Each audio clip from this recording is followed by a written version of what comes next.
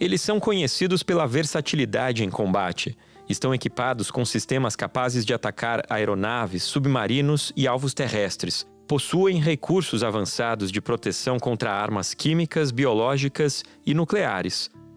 São, assim, os 3 navios de guerra que zarparam dos Estados Unidos em direção ao Caribe. Destroyers são navios relativamente pequenos e ágeis que têm normalmente a função de proteger embarcações maiores, como porta-aviões. O principal é USS Gravely. Ele tem 155 metros de comprimento, 20 de largura e alcança velocidade de até 55 km por hora.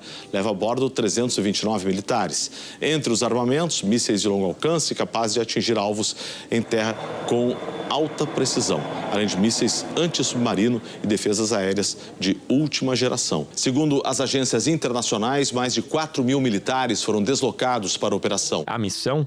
Combater o narcotráfico. E o envio faz parte de uma ordem do Pentágono, no Comando Militar Americano, para intensificar ações contra cartéis de drogas na América Latina. Uma autoridade do Departamento de Defesa americano disse que a operação faz parte dos esforços do presidente Donald Trump para combater cartéis latino-americanos. Trump diz que essa operação é para acabar com a entrada de fentanil, especificamente também outras drogas ilícitas nos Estados Unidos. Ele alega que essas drogas são responsáveis por uma onda de violência nas cidades americanas. O destino final, a Venezuela.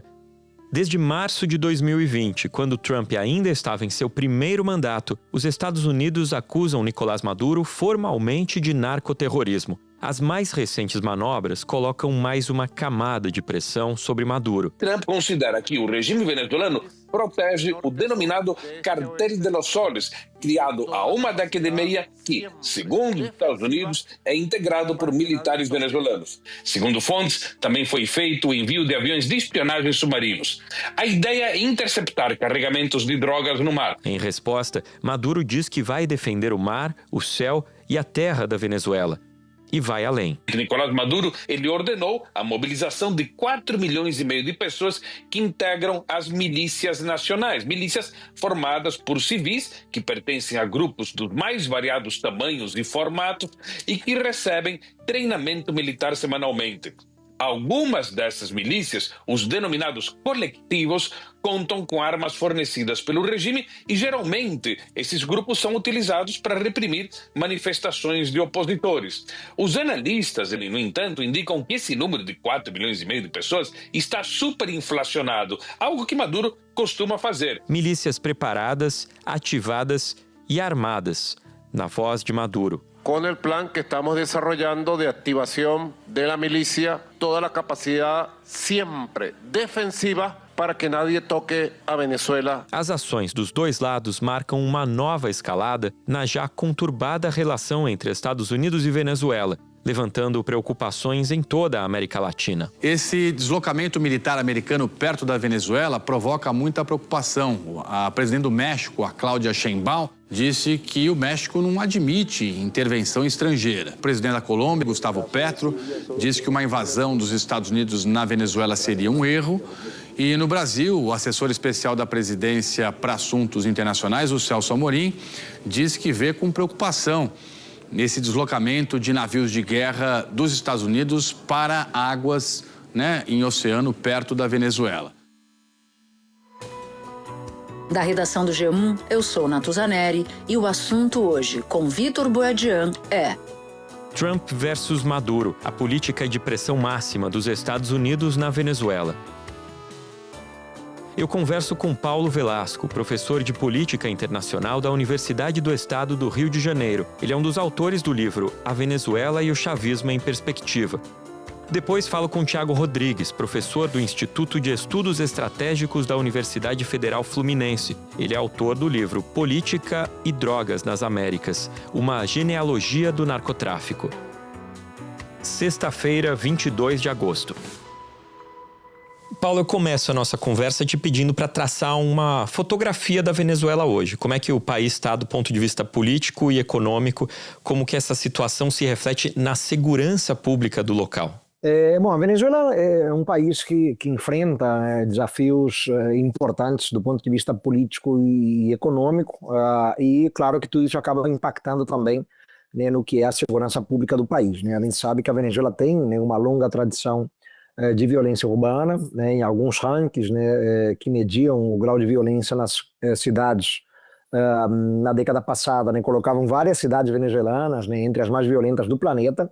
Depois isso, né, acabou melhorando um pouquinho, né, mas de fato nós temos uma combinação de variáveis na Venezuela que é muito explosiva, né. Então, de um lado, né, um país muito dividido em termos políticos, muito polarizado, né, com profundos antagonismos, né, uma parte crescente da sociedade insatisfeita com o chavismo, né, com o madurismo, né, com a gestão, né, do Nicolás Maduro à frente do governo, né, e a tudo isso se soma com uma combinação grande, né, em termos de problemas e desafios do ponto de vista econômico e socioeconômico, né, quer dizer, além da fratura política, da divisão política, né, temos um país muito impactado, né, já há bastante tempo, né, há cerca de 15 anos, né, por uma crise econômica muito severa, né, que às vezes, né, claro, né, se mostra mais profunda, mais desafiadora, em outros momentos um pouco menos, mas, né, essa divisão política, né, combinada com a crise socioeconômica, né, acabam, né, tornando a Venezuela um país bastante fértil, né, para a ação, né, de grupos criminosos. O presidente da Venezuela está sendo procurado por crimes que, segundo o governo americano,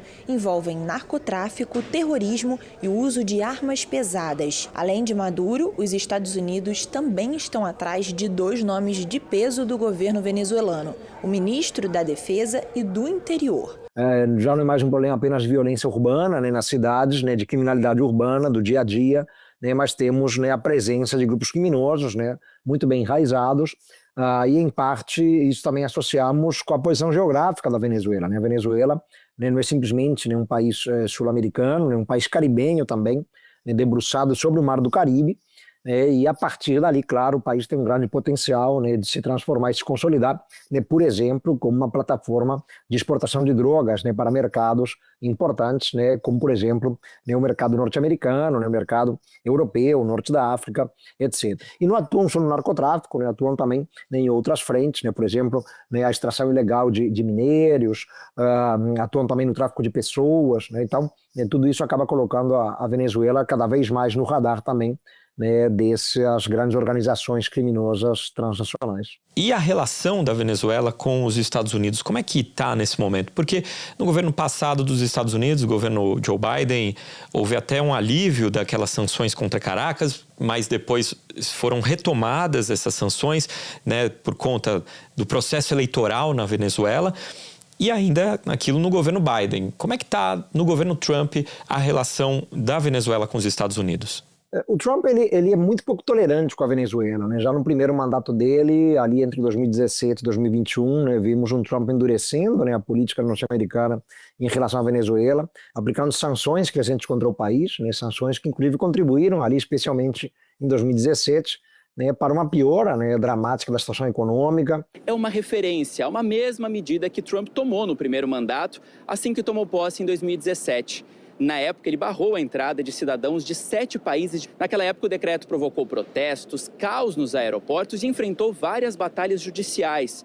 A medida acabou sendo derrubada quando Joe Biden tomou posse. O que o Trump, né, de alguma maneira, está fazendo agora não é algo inédito, né? Vimos já, né, algo semelhante, pressões semelhantes, né, na época não eram propriamente, né, para combater, né, grupos criminosos, né, ou a questão do narcotráfico, mas eram pressões, né, contra um país hostil, né, a Venezuela era percebida dessa maneira, né, e sanções econômicas crescentes, né. Agora temos esse adicional, né, que complexifica tudo, né, de um Trump numa cruzada contra as drogas. Então, um momento muito ruim nas relações, né, já começou, né, uma certa pior ainda no final do governo Biden, depois das eleições do ano passado, né, reconhecidas por uma ampla parte da comunidade internacional como tendo sido fraudadas, né, até o Brasil, né, que tem relações geralmente positivas, né, com os governos chavistas, decidiu esfriar o diálogo, né, não tendo reconhecido a vitória do Maduro nas eleições de 28 de julho do ano passado, mas os Estados Unidos, né, com Biden já também, né, rechaçaram o pleito, né, e aí houve o início de um esfriamento de diálogo, né, que tinha melhorado um pouquinho depois da guerra na Ucrânia, né, porque a Venezuela, claro, foi percebida por Washington como um ator-chave na geopolítica do petróleo, né, tem as maiores reservas de petróleo do planeta, né, então poderia auxiliar, né, a geopolítica global naquele momento a superar desafios, né? Do ponto de vista energético. O governo Trump, o primeiro governo Trump, foi marcado por uma tentativa de mudança de regime ao apoiar o autodeclarado candidato, né? Ele era autodeclarado presidente, o Juan Guaidó, da oposição, que fracassou esse projeto. Agora, Trump, a gente vê nesse segundo governo oferecendo 50 milhões de dólares a quem der informações que levem à prisão de Maduro. Bom, primeira pergunta, por que na visão dos Estados Unidos o presidente venezuelano representa uma ameaça tão grande? E se a gente vai ver um Trump mais agressivo, com objetivos mais aguerridos no objetivo de tirar, né, Maduro do poder? Bom, naturalmente o Maduro é um desafio, né, para o Trump, né, como um personagem percebido como hostil, né, aos interesses norte-americanos, e isso se torna algo ainda mais sensível, né, dentro de uma agenda de neoimperialismo, né, ou quase um neoimperialismo que a gente vê a partir do governo Trump em relação à América Latina. A América Latina historicamente percebida como um quintal dos Estados Unidos, né, isso é reforçado, né, com personagens, né, como por exemplo o Trump, né, que tentam resgatar um pouco essa lógica, né, e obrigar, né, os países latino-americanos a se alinharem aos interesses de Washington, né, aqueles que não o fazem podem ser penalizados, né, um pouco o caso do Brasil, claro, guardadas as devidas proporções. Então, né, há uma onda neoimperialista no governo Trump em relação à América Latina, e a Venezuela, claro, é um estorvo, evidentemente, né, porque tem uma posição geopolítica muito destacada, porque é um país, né, do ponto de vista econômico representativo pela questão do petróleo, é um país com uma população razoável, né, aí de cerca de 27 milhões de habitantes, e que tem relações, né, muito estreitas, estratégicas, né, com países que são percebidos como desafetos dos Estados Unidos, né? Então tem uma relação econômica muito forte com a Rússia, né? Uma relação militar, uma cooperação militar muito estreita com a Rússia, né? A Rússia é um parceiro militar importante para a Venezuela de Nicolás Maduro, uma relação econômica e comercial muito intensa com a China. Aqueles que têm relações estreitas com a China, né, podem pagar um preço alto, né? É o caso da Venezuela, né, tem uma relação muito forte. Tem uma relação importante com o Irã, né, nos últimos tempos, né, isso traz preocupação também para o governo Donald Trump, né, que vê o Irã, né, não por acaso os bombardeios recentes, né, vê o Irã como um desafio na geopolítica medio-oriental, e tem uma relação importante com a Turquia, né, que é um aliado de Washington na OTAN, mas que não raro é visto também como um Estado que traz preocupações, compra armas ou comprou armas recentemente da Rússia. Então, se a gente olha para os amigos da Venezuela, né, isso causa preocupação para os Estados Unidos de Donald Trump de maneira muito clara, né? Então, claro, o desejo de Trump é tirar o Maduro do poder, né? Ele já entendia, né, que com apoio ao Juan Guaidó, né, o autoproclamado presidente encarregado da Venezuela, né, isso poderia ser acelerado, né? A figura do Guaidó nunca conseguiu consolidar nenhuma forma de poder dentro da Venezuela, né? Maduro manteve, como ainda mantém, o apoio dos militares, né? A casta militar é, de fato, né, o fiel da balança na Venezuela, né, e dá sustentação importante ao Nicolás Maduro. E agora vemos esse assédio à Venezuela, né, com a justificativa das drogas, o que pode causar problemas para o Maduro, mas é difícil a gente imaginar uma intervenção militar direta de Washington na Venezuela, exatamente pelas relações, né, importantes que a Venezuela tem com parceiros como a Rússia e a China. O fato é que a gente tem assistido nos últimos dias um avanço militar. Primeiro, os Estados Unidos enviaram 3 navios para perto da costa venezuelana, outros 3 estão a caminho. A porta-voz da Casa Branca diz que toda a força vai ser usada contra o regime de Maduro. O que a gente pode ler de toda essa manobra militar e esse avanço na retórica? Em primeiro lugar, é uma manobra de intimidação, né? É um caráter intimidatório, aí é uma forma de pressão que também não é inédita, nos Estados Unidos não raro se valem disso, né? Algumas semanas deslocaram submarinos nucleares ali, né, mais próximos à Rússia, né, depois de algumas declarações polêmicas do ex-presidente russo Dmitry Medvedev. Então, enfim, né, não é algo inédito esse tipo de posicionamento. No governo Trump tem acontecido, né? Às vezes os Estados Unidos também fazem manobras polêmicas ali, né, próximas à região do Mar do Sul da China, né, como maneira de intimidar os chineses. E aqui, bom, de alguma maneira, né, reiterando, né, esse ponto, a América Latina é vista por Trump como um velho quintal, né, nessa atitude neoimperialista típica. Eles mantêm já aqui há muito tempo, né, a Quarta Frota, né, circulando com seus navios de guerra aqui né, pelo Atlântico Sul, mas também ali chegando ao Mar do Caribe. Essa quarta frota foi reativada nos anos 2000, temos que lembrar. Então, é uma forma de intimidar o regime do Maduro. É claro que isso causa algum sobressalto na região. O próprio governo brasileiro, né, hoje na figura do assessor especial da presidência, embaixador Celso Amorim, né, já declarou preocupação, né, com esse tipo de movimento, mas passar de uma mera intimidação, né, opressão a uma intervenção militar armada na Venezuela vai uma larga distância. Se esses navios entrarem de fato no mar territorial venezuelano, será uma declaração de guerra, né? Não sei se o Trump quer comprar essa possibilidade de deteriorar, né, por exemplo, a relação com o Putin, né, depois do êxito da cúpula do Alasca na semana passada. Então, né, há muitas variáveis aí. É uma ação, né, que causa sobressalto, causa preocupação, é uma ação intimidatória, é uma forma de pressão, né, a própria recompensa que foi dobrada, né, para informações que levem à captura do Maduro também é uma forma de pressão, né, mas é cedo para a gente imaginar de fato, né, que isso pode, né, chegar a algo mais grave, né, uma intervenção militar americana na Venezuela que criaria aí, né, um quadro de grande incerteza em toda a região do Caribe e da América do Sul. E aí, Paulo, eu queria te ouvir sobre a reação de Maduro. Ele convocou a mobilização de 4.500.000 milicianos em resposta às ameaças dos Estados Unidos. E a gente sabe muito pouco, né? A gente nunca viu essa força, o tamanho dessa força, como que eles... quais armamentos que eles têm, como é que eles têm preparo militar, de que forma que é essa força paramilitar anunciada por Maduro e qual que é a potência que ela tem de reagir a uma eventual ameaça estrangeira?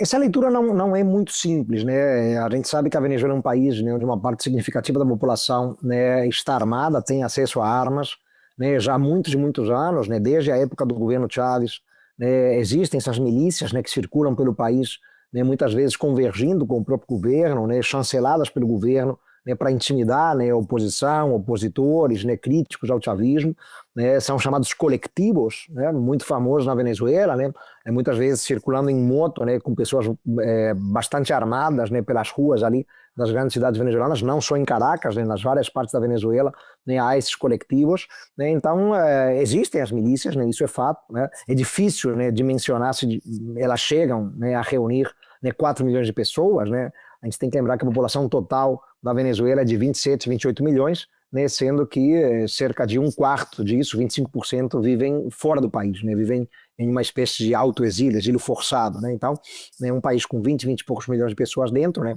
então é difícil imaginar que 4 milhões de fato, né, formariam parte de milícias, né, mas é possível, né, mas não há muitas informações sobre a quantidade, sobre a dimensão, mas sabe-se que são grupos de fato armados, muito bem armados, né, com a chancela, com o apoio, até com o financiamento, né, do governo e do chavismo, embora não sejam forças oficiais do governo, não estão na folha de pagamento oficial do governo, né, mas têm o apoio, claro, do governo e sempre foram muito úteis para dentro, né, repito, para intimidar opositores, né, mas até onde se sabe não tem treinamento de guerra, né, que aí é muito diferente. Então é um jogo de cena do Maduro, né, como temos jogo de cena também do lado norte-americano. O Maduro reage, né, como é próprio de muitos ditadores e autocratas, também com um jogo de cena, né. E mais uma vez o autocrata da Venezuela, Nicolás Maduro, está tomando iniciativas diante de possíveis ameaças militares como em outros momentos prévios. Desta vez, Maduro proibiu pelo período de 1 mês a compra e uso de drones nos céus do país, por uma questão de segurança interna, segundo alega. E além disso, ele ordenou a mobilização de 4,5 milhões de pessoas que integram as milícias nacionais, milícias formadas por civis que pertencem a grupos dos mais variados tamanhos e formatos e que recebem treinamento militar semanalmente. Con el plan que estamos desarrollando de activación de la milicia a lo largo y ancho del país, de norte a sur, de este a oeste.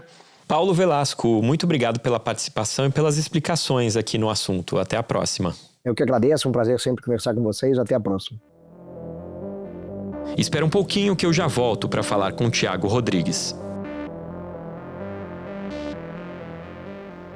Tiago, a decisão de Trump de posicionar navios de guerra perto da Venezuela tem a ver com uma ordem executiva assinada no começo do mandato que designa alguns cartéis de drogas como organizações terroristas. Você pode começar nos explicando que decreto é esse e como ele muda, na prática, a forma de combater o crime organizado? O que acontece agora é decorrência de um decreto que Trump assinou no primeiro dia de mandato.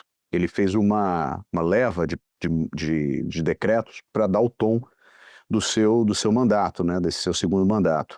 E um desses decretos é um decreto que identificava grupos do narcotráfico como grupos terroristas. Esse decreto apenas indicava algumas organizações, citando-as nominalmente. Uma de cada país, eram 3 países citados, o México, El Salvador e Venezuela.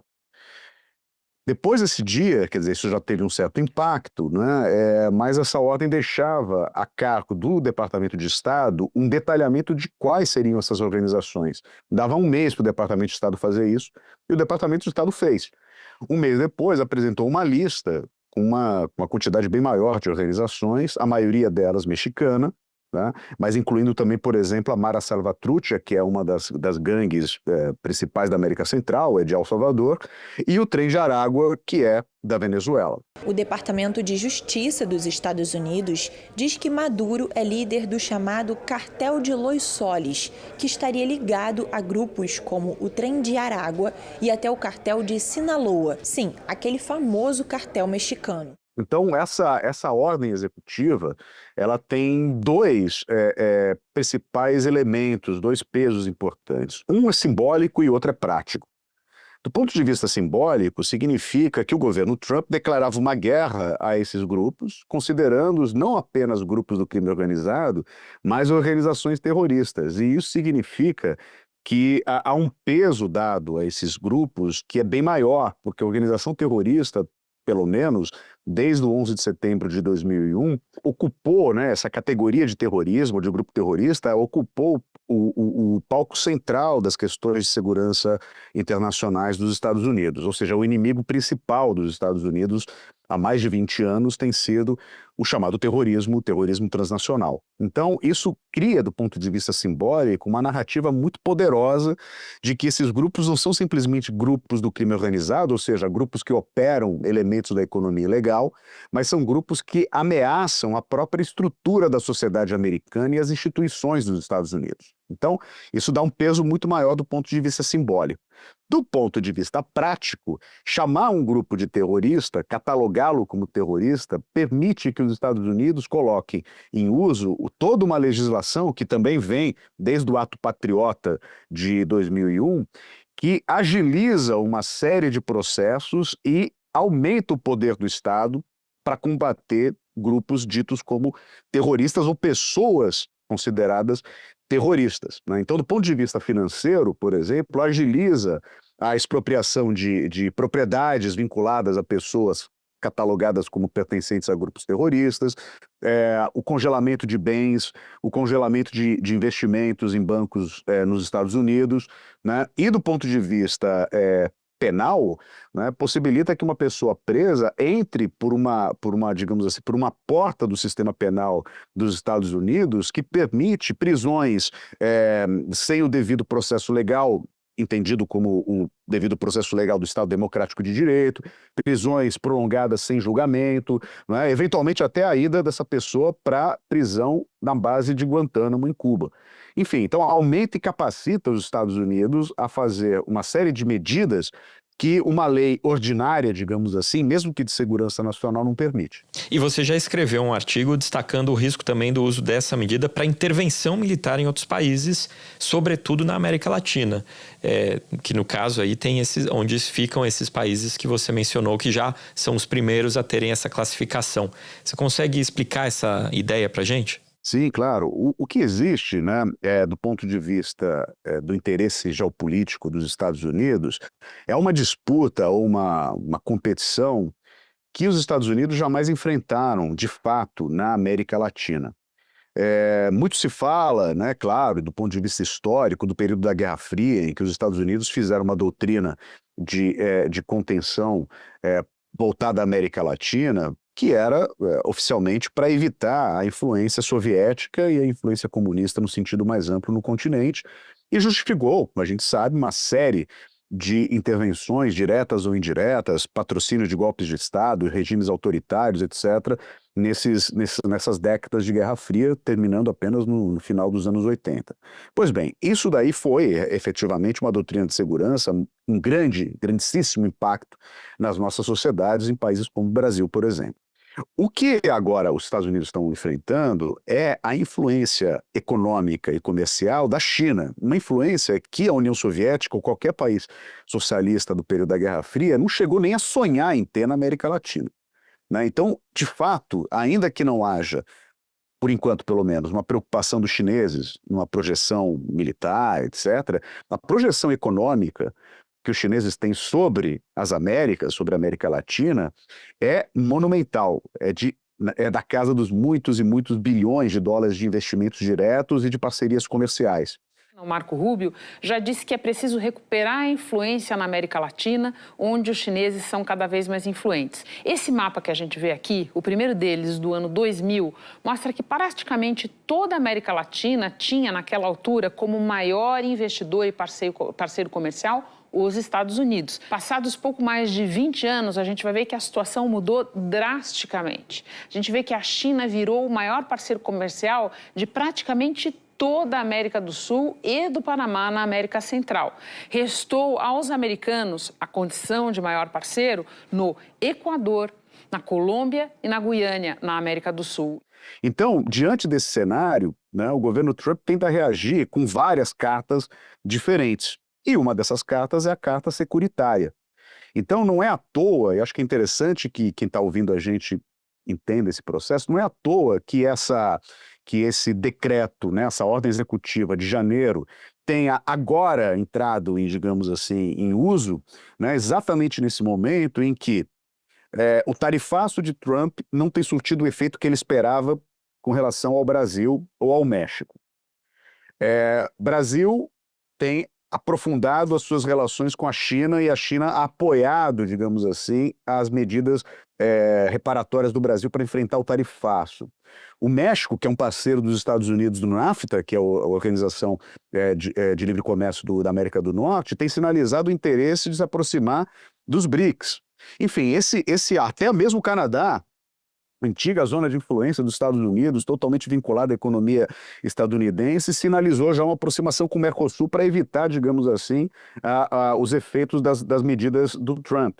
Então, esse desafio é um desafio muito grande. Então, para tentar controlar minimamente, né, o seu espaço tradicional, né, de influência econômica, geopolítica e política, Trump tem jogado as cartas que tem a manga, e a Carta da Segurança é uma delas. E os primeiros alvos são os alvos que eu diria mais fáceis, né?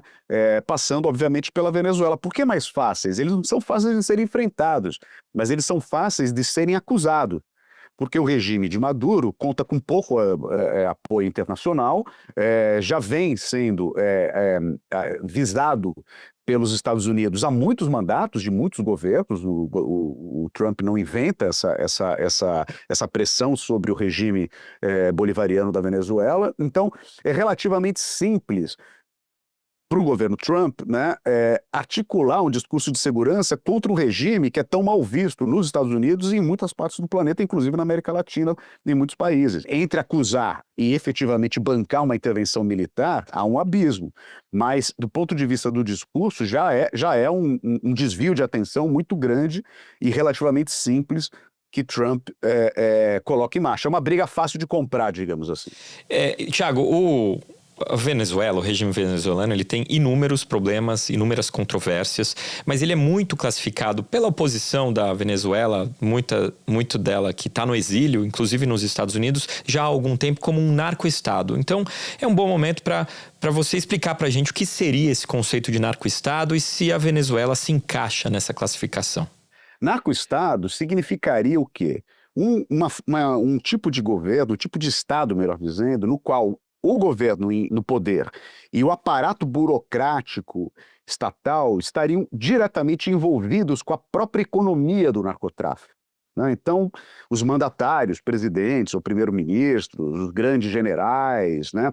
Os principais chefes de estatais, e aí também a relação com a grande economia do país, os grandes empresários, estariam todos eles mancomunados, digamos assim, com o negócio do narcotráfico. Bom, um narcoestado com essa característica tão assim profunda de penetração e de captura do aparelho estatal pelo narcotráfico não existe no planeta.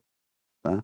É claro que alguns analistas indicam que países pequenos chegam muito próximos, se não chegam a isso, como é o caso da Guiné Equatorial, por exemplo, né, em que não é de hoje que os regimes militares e as ditaduras instaladas ali têm diretamente vinculados os seus altos membros dos grandes escalões a tráfico de drogas. Mas são casos pequenos, né? Algumas acusações sobre países como a Guiné Equatorial, países na Ásia também, né? Principalmente no Sudeste Asiático, como é o caso, às vezes, de países como Mianmar, etc.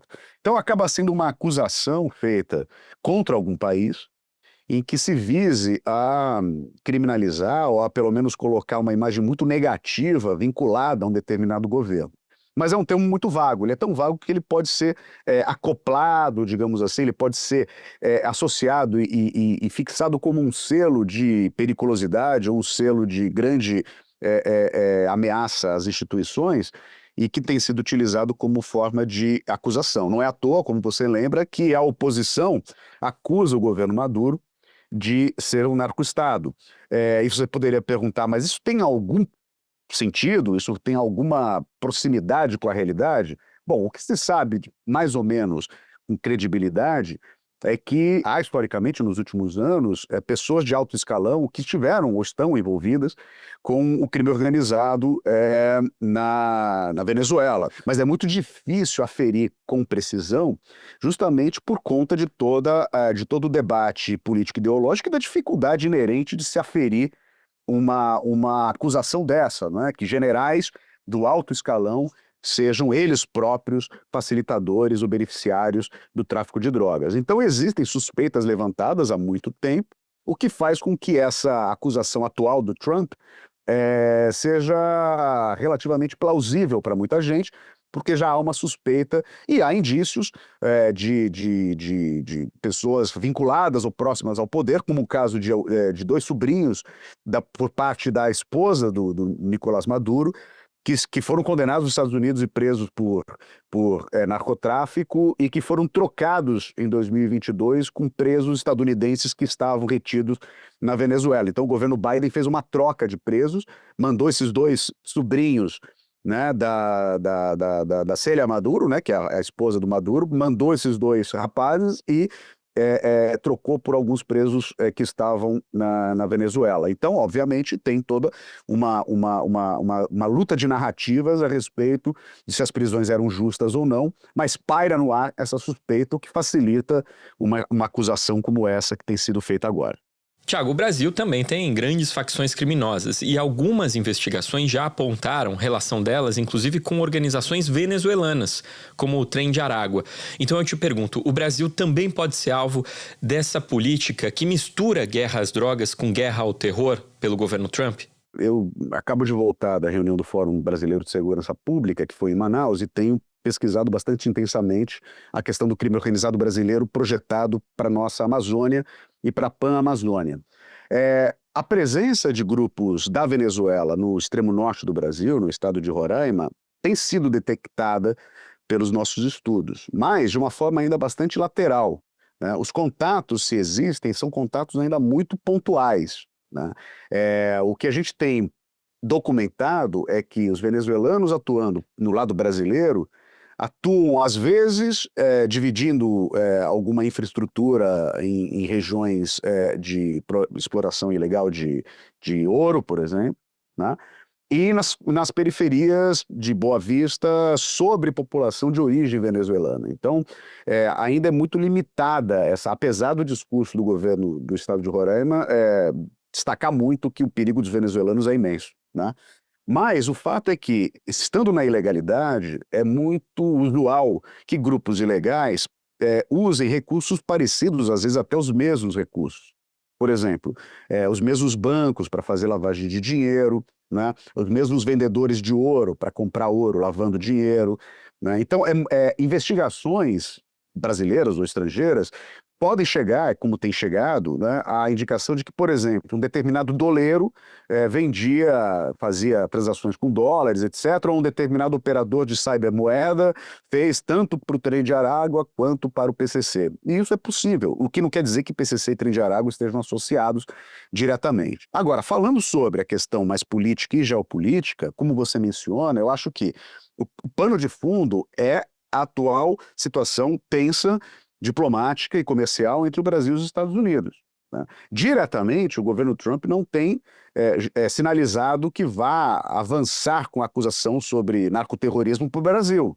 Mas como nós temos organizações que se fortaleceram nos últimos anos, especialmente o PCC, que é o que mais tem projeção internacional, né? É claro que menor ainda do que comparada com outros grupos, principalmente os mexicanos ou alguns grupos europeus, asiáticos, etc. Mas tem essa projeção.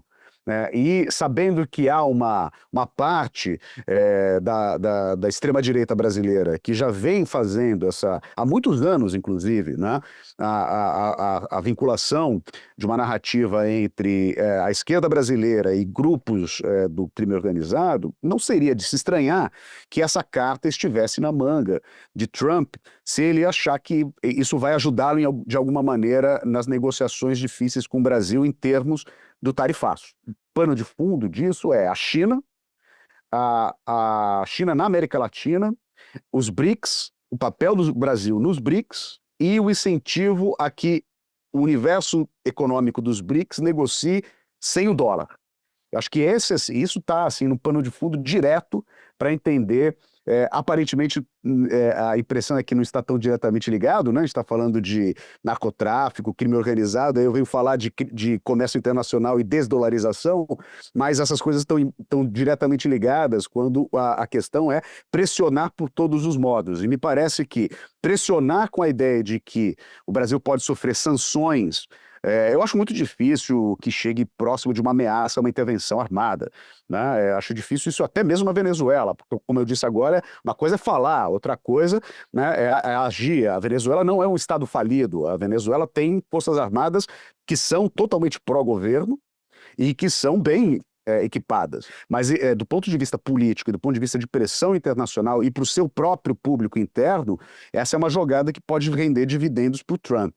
A mais longo prazo, e dependendo de como fiquem as relações entre Brasil e Estados Unidos, pressões podem existir, sim, né, tentando vincular o PCC a dinâmicas mais transnacionais do narcotráfico, etc.